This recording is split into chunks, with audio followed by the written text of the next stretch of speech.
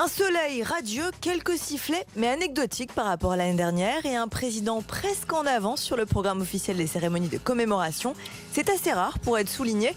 Après avoir ravivé la flamme sur la tombe du soldat inconnu à l'Arc de Triomphe, François Hollande a tenté de raviver celle des Français en s'offrant un bain de foule.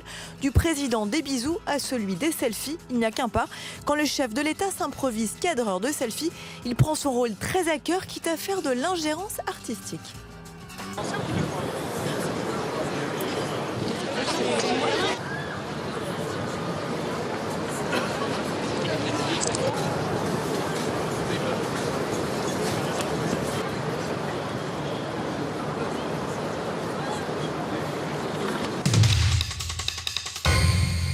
Georges Clemenceau, c'est la référence de Manuel Valls. Le Premier ministre a déambulé ce matin dans le 3 pièces avec vue sur la Tour Eiffel, où l'ancien président du Conseil a vécu jusqu'à sa mort en 1929.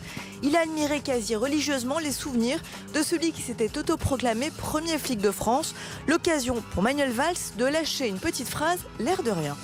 Ça, c'est le gouvernement, c'est son premier gouvernement, et après, il devient président du Conseil et il reste ministre de l'Intérieur. Non, on pouvait être heureux sans être président de la République. Exactement ça. Oui, c'est citation. Une mise au point, ça ne vous dit rien? Il y a quelques jours, en le décorant de l'Ordre du Mérite, François Hollande avait ironisé sur les ambitions élyséennes de son Premier ministre. Sacré Clemenceau. Une des figures qui vous sert de référence est celle de Clemenceau. Il n'est pas devenu président de la République, mais on peut réussir aussi son existence sans être président de la République.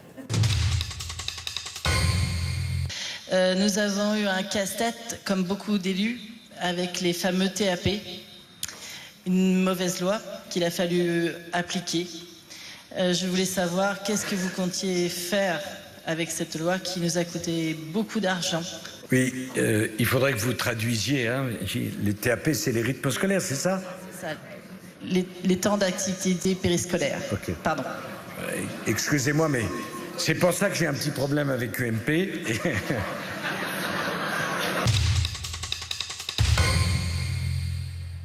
Et dans un instant, le 20h30 live avec toute la rédaction de BFM TV mobilisée et avec Thierry Arnaud notamment, nous allons revenir sur le troisième homme qui parle de l'affaire Fillon-Juillet, Antoine Gosset-Grainville. C'est bien Jean-Pierre Juillet qui lui a demandé d'organiser le déjeuner avec l'ancien Premier ministre.